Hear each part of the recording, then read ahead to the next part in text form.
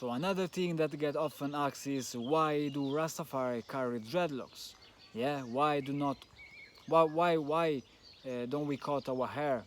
Yeah, so dreadlocks is not hairstyle, it's not a fashion.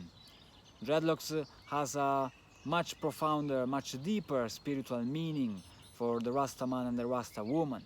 Yes, dreadlocks is actually is a vow, is an act of faith, is a manifestation of a consecration, is the Rastafari identity. Yeah, dreadlocks symbolize the communion between man and God. This is the covenant. Is the covenant between man and God. And why it is manifested through hair? Why through hair, beard?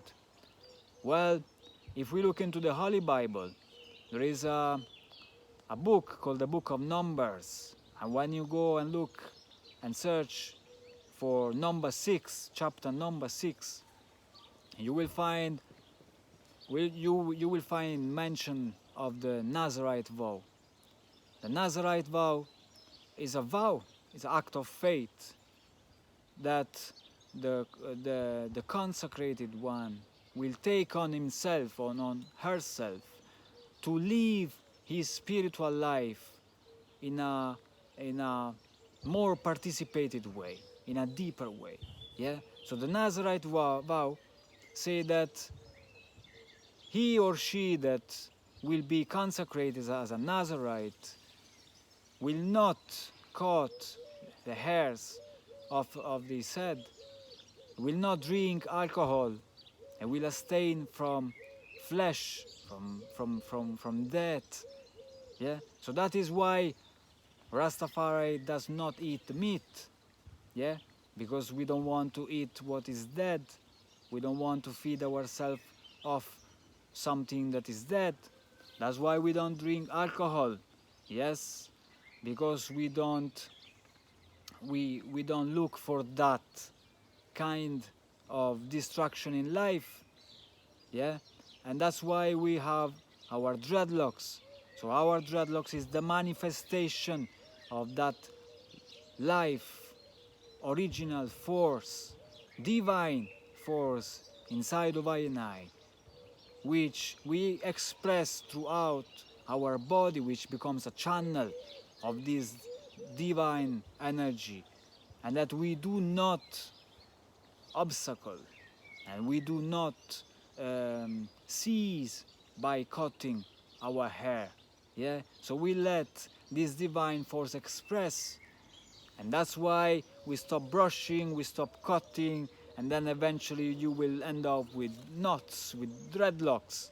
Yeah, with these locks. Same thing is for the beard. Yeah, so that is the natural, original way in which we express our spiritual life. Yeah, so not everybody in Rastafari wears locks. Not every Rastaman has locks. Not every Rastaman abstain from meat, for example. Yeah, and we're not here to judge, obviously, to say one is better than the other. Sometimes we're just different. Yeah, Rastafari is a conception of the heart. Is a conception of the divinity of Haile Selassie. But the dreadlocks levity, it is a way in which you live your spirituality in a more zealous way, in a more participated way. Yeah, so you live your spiritual life throughout every part of your body. That's why your diet become important also to support your spiritual life. That's why dreadlocks, that's why not drinking, that's why abstaining from death.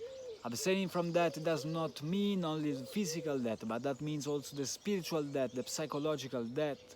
It means staying far from wickedness, yeah, from things that will make your heart troubled and wicked and cold and your mind narrow. Yeah, that is the spiritual death, anguish, depression, rage, all the negative emotions, all the spectrum of negative behavior, which will really turn yourself into a dead man even though you're living. Yeah, so the vow of the Nazarite, the vow of the Rastaman, this dreadlocks levity is another way, an ulterior way to celebrate life. And that's why we as a Rastaman, we chant Nayabingi and we live the joy of the dreadlocks levity.